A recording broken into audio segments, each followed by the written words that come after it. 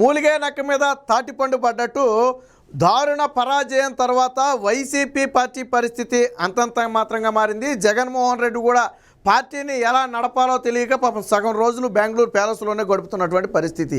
అయితే ఈ పార్టీకి ఆ ఓడిపోయిన దగ్గర నుంచి షాకు మీద షాకు తగులుతూనే ఉంది.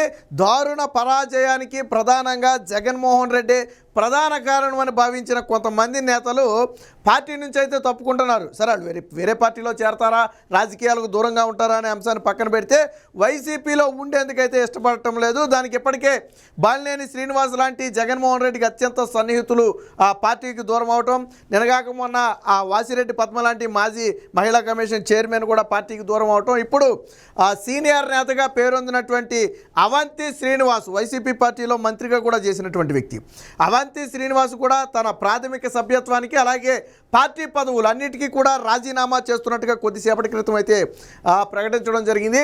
అయితే ఏ పార్టీలో చేరతాను అనే విషయాలు అయితే చెప్పలేదు, కానీ తన వ్యక్తిగత కారణాలతో పార్టీకి అయితే రాజీనామా చేస్తున్నట్టుగా ఈరోజు స్వయంగా మీడియాతో మాట్లాడుతూ అవంతి శ్రీనివాసు ప్రకటించడం జరిగింది. సాధారణంగా అందరూ ఒక లేఖ రాసి పార్టీకి వదిలేస్తారు, కానీ ఈయన మీడియా సమావేశం పెట్టి అసలు ఎందుకు ఆ పార్టీ నుంచి బయటికి వెళ్ళాలనుకుంటున్నాననే కొన్ని విషయాలు అయితే చెప్పే ప్రయత్నం చేశారు.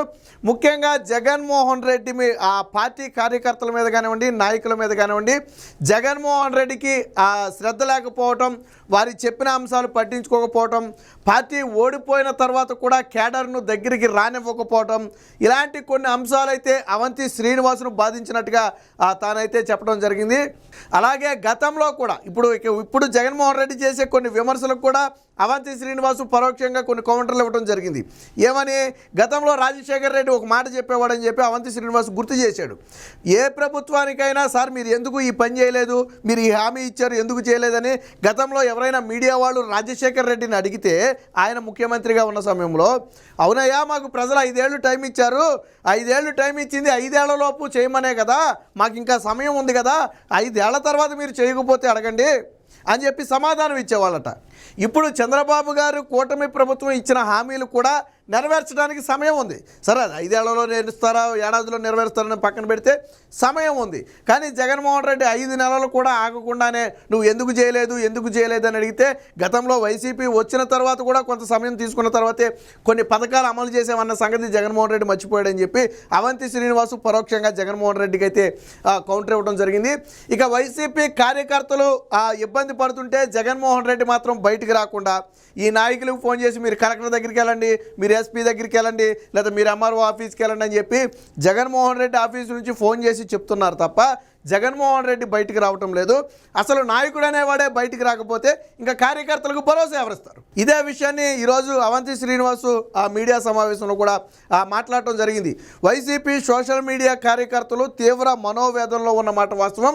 వారిని జగన్మోహన్ రెడ్డి ఆదుకోలేదు, ఏదో లీగల్ సహాయం చేస్తున్నాం కదా అని చెప్పి వదిలేస్తే వాళ్ళ కుటుంబానికి ఆర్థిక అవసరాలు ఉంటే లేదా ఇంకో అవసరాలు ఉంటే ఆ కుటుంబాన్ని పోషించే వ్యక్తి కేసుల్లో ఇరుక్కుంటే ఎంత ఇబ్బంది పడద్దో జగన్మోహన్ రెడ్డి గ్రహించలేకపోతున్నారు. ఏదో ఒక లీగల్ అడ్వైజర్ను పెట్టేస్తే మన పని అయిపోతుంది కదా, ఆ చేతులు దులిపేసుకోవచ్చు అన్న ఉద్దేశంలో జగన్మోహన్ రెడ్డి ఉన్నాడని చెప్పి స్వయంగా అవంతి శ్రీనివాసే చెప్పే పరిస్థితి. పాపం వైసీపీ సోషల్ మీడియా కార్యకర్తలేమో మా అన్న మా కోసం ప్రాణాలు ఇచ్చేస్తాడని చెప్పి వాళ్ళు గొడవలు చేసుకుంటున్నారు. దీనికోసం ఫేకులు మార్పింగ్లు రకరకాలు చేసి కేసులు పాలవుతున్నారు. కానీ జగన్మోహన్ రెడ్డి తాతీగా ఎవరి మీద కేసు పడిందన్న ఎల్లు ఒక లీగల్ అడ్వైజర్ని పంపండి, లేకపోతే ఎస్పీ ఆఫీస్కి ఎవరిని వెళ్ళి మాట్లాడండి. ఇంతే తప్ప వాళ్ళ కుటుంబం ఉందేమో, ఆ కుటుంబాన్ని ఆదుకోవాలేమో, పోనీ కేసు పడి వచ్చిన వ్యక్తి ఫైనాన్షియల్గా ఇబ్బంది పడుతున్నాడేమో, ఏమైనా ఆర్థిక సహాయం చేయాలేమో, ఇలాంటివి ఏవి జగన్మోహన్ రెడ్డికి ఉండవు. ఈయన ఏం చెప్పలా, అవంతి శ్రీనివాసే స్వయంగా చెప్పినటువంటి పరిస్థితి. అయితే అవంతి శ్రీనివాసు ఏ పార్టీలో చేరతారు అనే దానికి మాత్రం ఇప్పటివరకు సమాధానం లేదు. ఇప్పటికీ వరకు ఏ పార్టీతో కూడా సంప్రదించినట్టుగా బయట వార్తలు కూడా రాలేదు. వాస్తవానికి అవంతి శ్రీనివాసు కొద్దిగా అసంతృప్తితో ఉన్నాడనే వార్తలు గత కొద్ది రోజుల నుంచి వస్తున్నప్పటికీ కూడా ఈ రాజీనామా అంశం అనేది ఒక రకంగా సడన్గా తీసుకున్నటువంటి నిర్ణయంగానే భావించాలి. అయితే అందులో మాత్రం తన వ్యక్తిగత కారణాలు అలాగే తన వ్యక్తిగత జీవితం కోసం నేను రాజీనామా చేస్తున్నట్టుగా ప్రకటించారు. అటు పార్టీ సభ్యత్వంతో పాటు ఏదైతే పదవులు ఉన్నాయో ఇప్పుడు ఆయనకి అటాచ్ చేసినటువంటి పదవులు ఉన్నాయో వాటన్నిటిని కూడా రాజీనామా చేస్తూ అటు జగన్మోహన్ రెడ్డికి ఆ పార్టీ కేంద్ర కార్యాలయంతో పాటు విజయసాయి రెడ్డికి కూడా ఆ లేఖనైతే పంపుతున్నట్టుగా అవంతి శ్రీనివాస్ చెప్పడం జరిగింది. గతంలో అవంతి శ్రీనివాసు 2014లో తెలుగుదేశం పార్టీ నుంచి పోటీ చేసి గెలిచి ఆ మంత్రి పదవిని అనుభవించారు. చివరి సెకండ్లో ఎన్నికల ముందు 2019లో ఆ వైసీపీ పార్టీలోకి వెళ్ళడం, ఆ తర్వాత అక్కడి నుంచి పోటీ చేసి గెలవటం, తర్వాత మంత్రి పదవి తీసుకోవడం మనందరం చూసిన సంగతే. అయితే మొన్న 2024 ఎన్నికల సమయంలో భీమిలి నుంచి ఆ గంటా శ్రీనివాసరావు మీద పోటీ చేసి అయితే అవంతి శ్రీనివాస్ అయితే ఓడిపోవడం జరిగింది. దాదాపుగా పార్టీ ఓడిపోయిన దగ్గర నుంచి కూడా అవంతి శ్రీనివాస్ కొంచెం రాజకీయాలకు దూరంగానే ఉన్నాడని చెప్పాలి. గతంలో జగన్మోహన్ రెడ్డితో జరిగిన 1-2 సమావేశాలకు హాజరయ్యాడు తప్ప ఆ తర్వాత కూడా పార్టీ కార్యక్రమాల్లో పెద్దగా యాక్టివ్గా కూడా ఎక్కడ పాల్గొన్నట్టు కనపడాల. బహుశా జగన్మోహన్ రెడ్డి మీద అసంతృప్తి కారణంగానే ఆయన దూరంగా ఉంటున్నాడేమో అని చెప్పి చాలామంది అనుకున్నారు.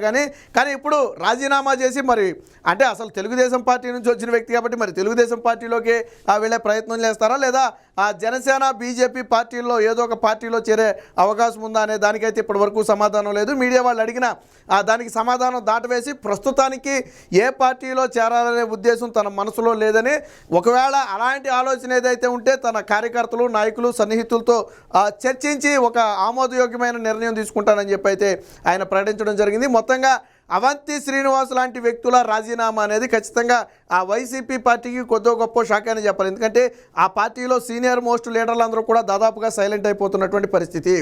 ఎవరు కూడా జగన్మోహన్ రెడ్డి కోసం బయటకు వచ్చి మాట్లాడే పరిస్థితి చేయట్లేదు. 2-3 తలకాయలు ఎప్పుడు మాట్లాడినా 2-3 తలకాయలే తప్ప వైసీపీ పార్టీలో మొన్న 151 సీట్లు గెలిచారు, అనేక పదవులు అనుభవించారు. మరి వాళ్ళంతా ఎవరు ఈరోజు జగన్మోహన్ రెడ్డి కోసం అండగా నిలబట్ల. ఎందుకని పార్టీని ఏ రోజు జగన్మోహన్ రెడ్డి ఓన్ చేసుకున్న పరిస్థితి లేదు. ఏకఛత్రాధిపత్యంలాగా చేసిన నేపథ్యంలో వాళ్ళు కూడా అసంతృప్తిలో ఉన్నారు. ఏది ఏమైనా ఇప్పుడు అవంతి శ్రీనివాసు ఆ పార్టీకి అడ్డం తిరగడం అనేది ఖచ్చితంగా వైసీపీ పార్టీకి ఒక రకంగా కోలుకోలేని దెబ్బేనని చెప్పి చెప్పుకోవచ్చు.